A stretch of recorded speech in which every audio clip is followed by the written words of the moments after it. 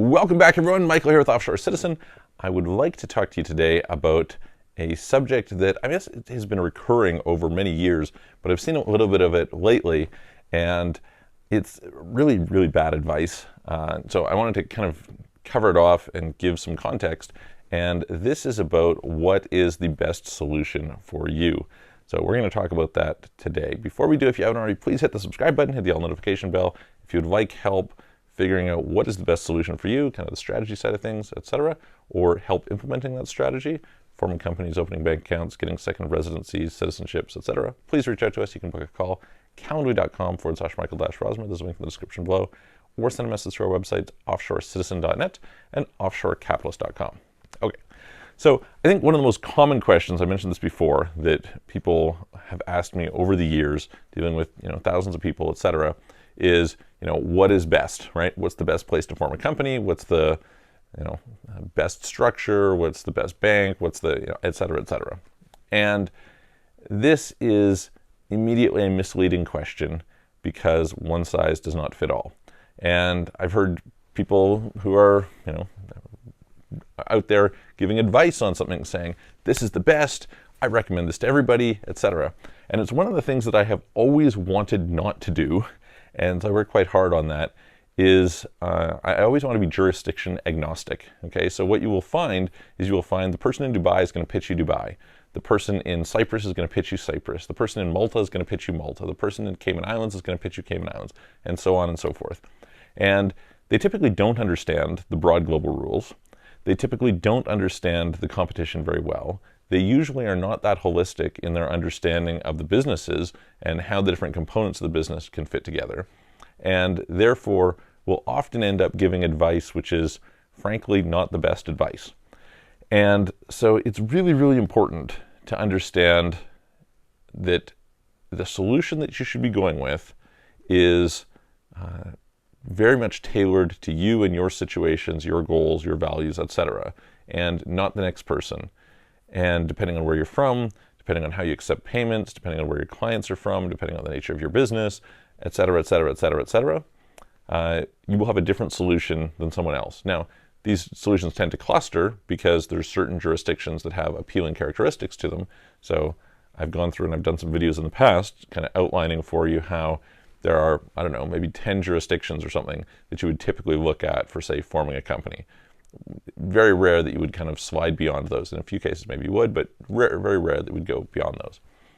There's probably a handful of places I would say that the people who I work with tend to go to, maybe 5 to 10 places that they commonly relocate to.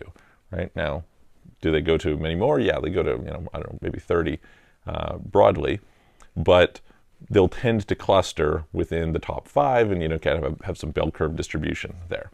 So you will get clustering, but clustering does not equal the best for you. So anyone who's telling you, hey, this is the best solution, is probably giving bad advice. Probably that's just like a good warning sign. Sometimes people will say, like, how do you identify something good? That would be a starting point of saying that's a bad advice, okay? If you're getting that advice, I would be a little bit worried. So let's just go through some examples here, okay? So we'll talk about forming companies just as an easy example. So what might you say? You might say, okay, well, maybe it is interesting to form a company in Hong Kong. All right, well, Hong Kong could be perfectly good for certain people.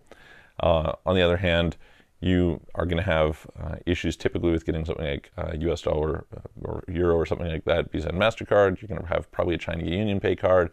You're going to be in a situation where you probably have higher payment processing rates. You may have settlement currencies that are not what you want. It's probably difficult to open bank accounts depending on the industry that you're in. The taxation on how royalties works is not necessarily that good. You have to worry about annual audits, on and on and on, right? So that's some examples. Now, I just gave you a bunch of negatives. The truth is there's a bunch of positives, right? And there's a reason why it was really popular for a long time to form companies in Hong Kong and to do banking there, etc. So this is not to say it's bad. I've done a video on, the pros of doing in Hong Kong, and I've done one on the cons. So you have to kind of consider each. But, we could then go and we could look and say, okay, well, some people might like to form a UK LLP. And is this a good way to go? Well, this is a pass-through entity for UK purposes, and it will typically be treated as a pass-through entity in the receiving country. So depending on where you're living, that might or might not work for you. On the other hand, you're going to have access probably to pretty good payment processing options, so that's a positive. It's super cheap and easy to set up and maintain, so that's good. So, those are some examples of some trade-offs.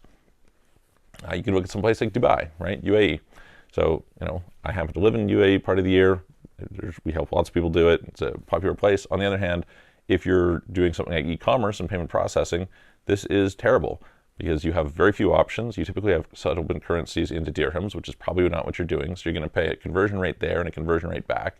Plus your payment processing fees are going to be high. It's difficult to set up corporate banking for a lot of businesses in UAE, so that's a downside. And you're going to be in a situation where you typically have to get a residency permit, and so there's a bunch of expenses associated with that. Now, does that mean it's not a good solution? Absolutely not. Dubai is a fantastic solution for the right type of person, the right type of business, etc. So, I think there's a bunch of cases where it's the most compelling option, and there's a bunch of cases where it's the not most compelling option.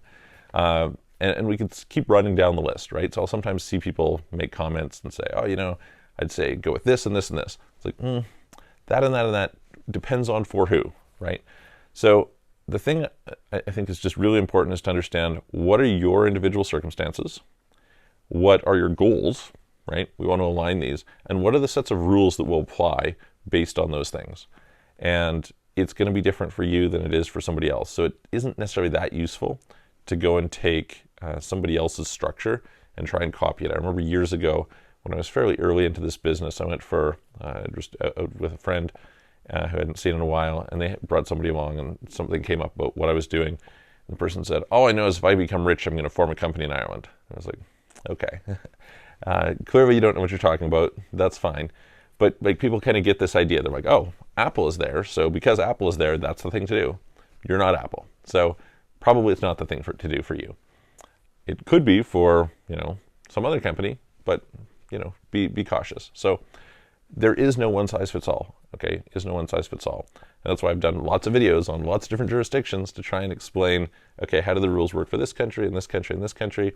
What is the situation with, the nuances of navigating for one type of business versus another type of business? Very, very important.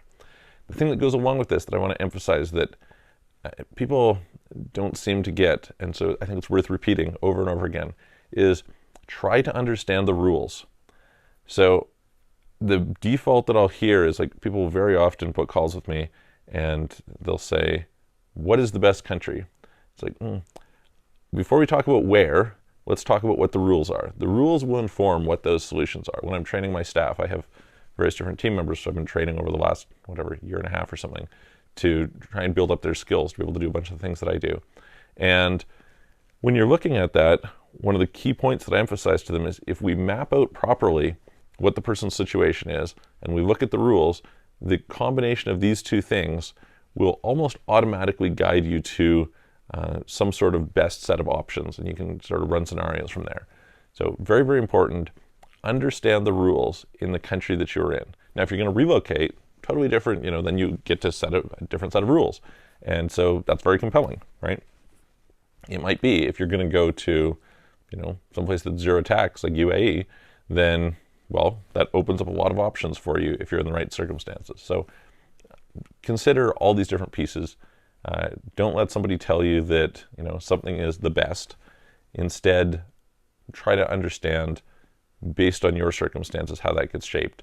And understand that this is a very holistic thing. It's one of the things that I try to do for people is look at all these different variables. Unfortunately, if you talk to some typical accountant or some typical lawyer, etc., the accountant might, understand the tax rules in that place.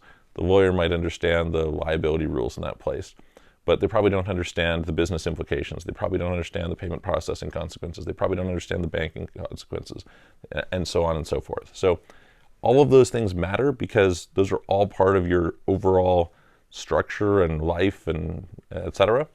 And so, yeah, just very, very important to consider holistic, personal to you. I hope it helps, and we'll see you on the next video.